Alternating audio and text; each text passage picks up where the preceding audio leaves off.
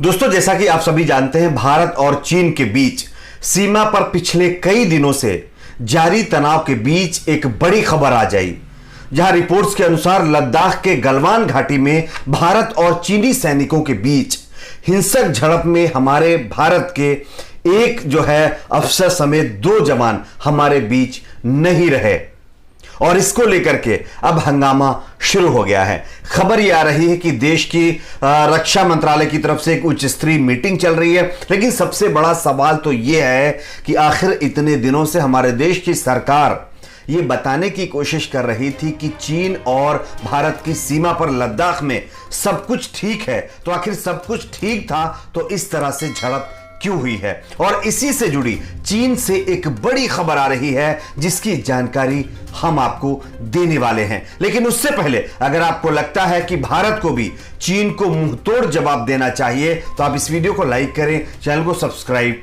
जरूर कर लीजिए।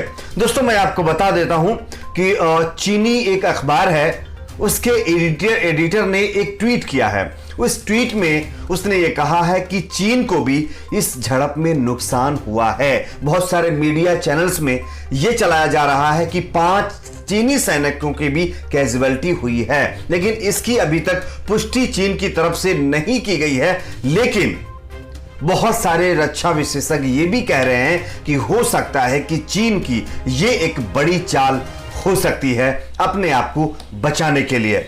लेकिन सबसे बड़ा सवाल एक ये भी है कि जब देश के हमारी राजनीतिक पार्टियां अगर कोई ऐसा मुद्दा आता है तो साथ में आते हैं, लेकिन कुछ ऐसे ऑर्गेनाइजेशन से जुड़े हुए लोग हैं जो लगातार अभी भी अपनी हरकत से बाज नहीं आ रहे हैं। आप ट्विटर पर जाकर के देख लीजिए, कोई राहुल गांधी को टारगेट कर रहा है, कोई सोनिया गांधी को टारगेट कर रहा है, कोई किसी पार्टी को टारगेट कर रहा है। सवाल यहां पर यह है कि चीन और भारत के बीच सीमा पर तनाव है, राहुल और सोनिया और मोदी के बीच में नहीं है।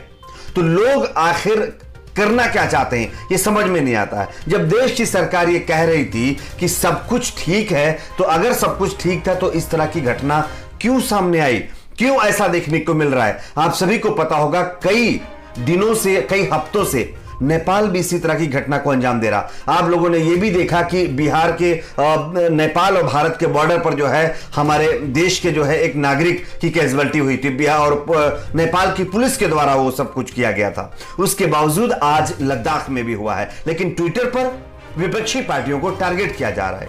आखिर ये कैसी सोच है?